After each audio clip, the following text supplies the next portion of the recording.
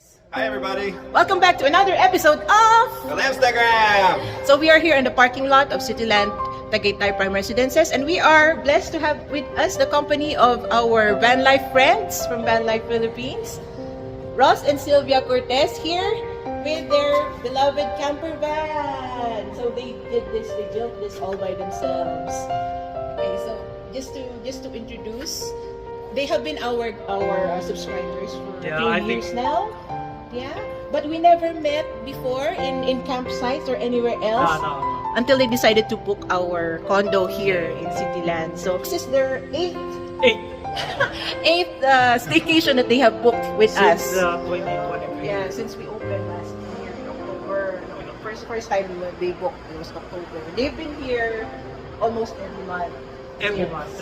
Celebrating their important occasions with us. And this is the first time that they brought their camper van here. And what is very interesting about it is, unlike most of our subscribers, they are more advanced in age. How old are you? We are 78. They are 78 and still going, di ba? Van life. So, Always on the go. Yeah, they're always on the go. So, what can you say about the van life? Well, it's interesting to rest and separate somewhere else. Yes. Taste the good food around. Yes. So you built this in 2022, correct? Yeah. The van? Yeah, Can 2022. we get a quick tour of the van? Yeah. Yeah. 2022. Maybe we can show them around a little bit. 2003 Kia Carnival. Okay. So you have to understand, folks, that when van lifers travel, it's not exactly what you would see on the Instagram. We travel with real stuff. So we have stuff that we need to somehow fit. But look how nice they decked their camper van. Look, the lights. Okay, so good for two people. Very comfortable. They have a bed. Yeah, we have a bed. Yeah. We have something that we insert in here. Mhm. So the bed is wider. Okay. And of course the privacy curtains. Your power supply. Yeah, AC 200. AC 200 feet. Blue. Mhm. Yeah. So their power comes from the That's- Bluetti. And the Bluetti is charged when I made this I hook up this inverter. And then the inverter, Yeah. 2,000 watts. And I'm getting it from the alternator or the battery. It's 2,000 watts. I don't have to put up solar. Solar, yes. My favorite thing about their camper van is how they did the sink. The problem with the sink, it's usually hard to fit a sink inside a camper van. So they were very creative in using this, the top of a 5-gallon water jug. And see that? How creative that is. And then this is a pump that's connected to another water container underneath this counter. So this empties into another gray water tank that collects the used water underneath. So it's very convenient for them to have their own water supply, power supply. Of course, they have their food supply. They can cook. Yeah. They can they can have their meals. They can sleep. It can brew.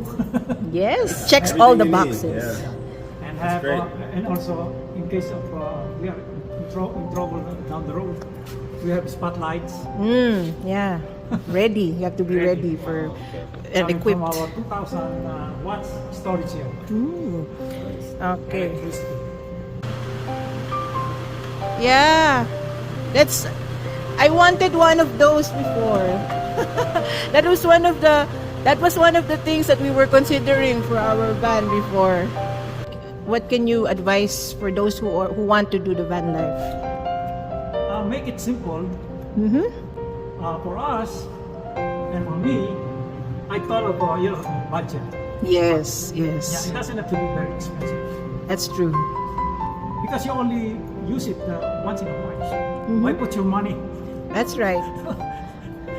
That's right.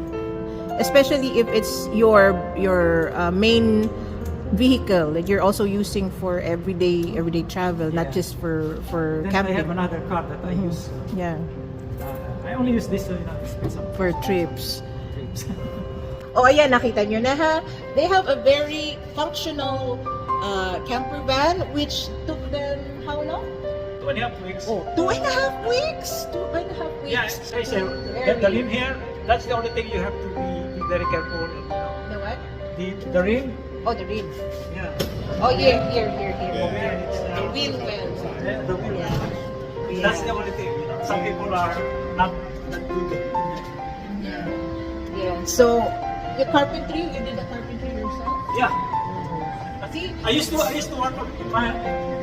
our house in the States. Okay. So it didn't take them that long, and it didn't take them a whole lot of resources to have this very functional build. And look, they're already traveling with it everywhere. Everywhere. So at the age of 78, 17. see, it's never too late to give up on your dreams, di ba? Yeah. So whether it takes you 2.5 weeks or more than a year for us, for our van build, because our van build is very extensive. It all depends on what your needs are. Yeah. You have to work within your budget. Don't dream up very expensive builds kasi it will just depend on what you need. The budget depends on you. Your needs depend on you alone. Don't let anyone tell you it's not enough.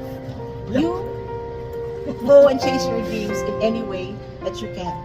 So, thank you for watching another episode of Philanthrogram. If you haven't, please subscribe to our channel. And thank you very much for being with us today. We will see you again hopefully soon. Hopefully soon, yeah. Yes. Hopefully on the road. Hopefully on the road. When we get back into the van life Go to a ourselves. camping spot. Okay, so thank you very much. Okay. Miriam, say goodbye. She just woke up. Yeah. Sending love from Tagaytay.